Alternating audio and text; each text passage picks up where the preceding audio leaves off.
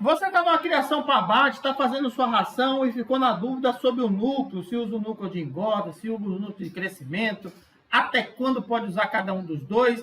Fica tranquilo, vou responder agora, fica nesse vídeo até o final. Vamos lá. A diferença entre núcleo de crescimento e núcleo de engorda. É o Carlos, um grande abraço, Carlos. Ó, a gente sempre fala, ou vocês, né, sempre falam sobre a fase da criação com a referência da ração.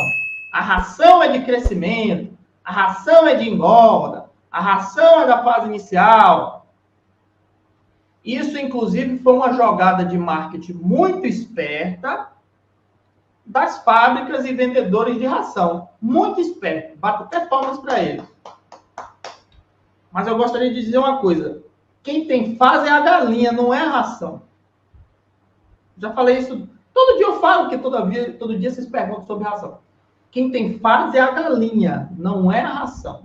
Você tem que entender quais são as fases de produção de uma criação de abate, as fases de produção de uma criação de postura. Essa é a primeira coisa que você tem que entender.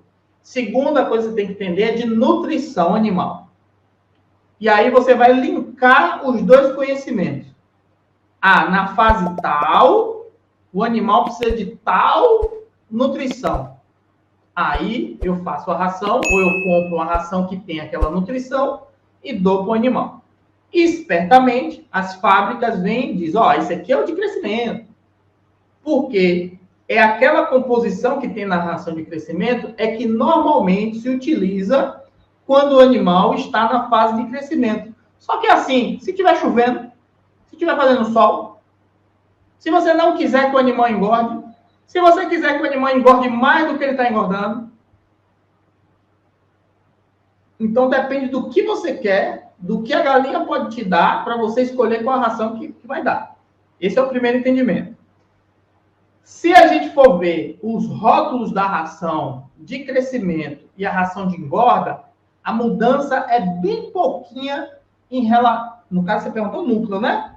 Não é ração, não. Em relação ao núcleo, a mudança é bem pouquinha, normalmente nos níveis de cálcio, nível de manganês e nível de potássio. Inclusive, as duas rações são muito parecidas. Tira a ração. Os dois núcleos são muito parecidos. Inclusive, eu sempre indiquei para os meus alunos que trabalham para abate, nem dar núcleo de engorda. Continuar dando de crescimento até o dia que quiser abater.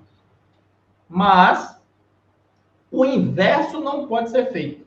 Você, ao invés de dar de crescimento na fase de crescimento, o núcleo de crescimento na fase de crescimento, você, por ser mais barato, você dá um núcleo de engorda. Não faça isso.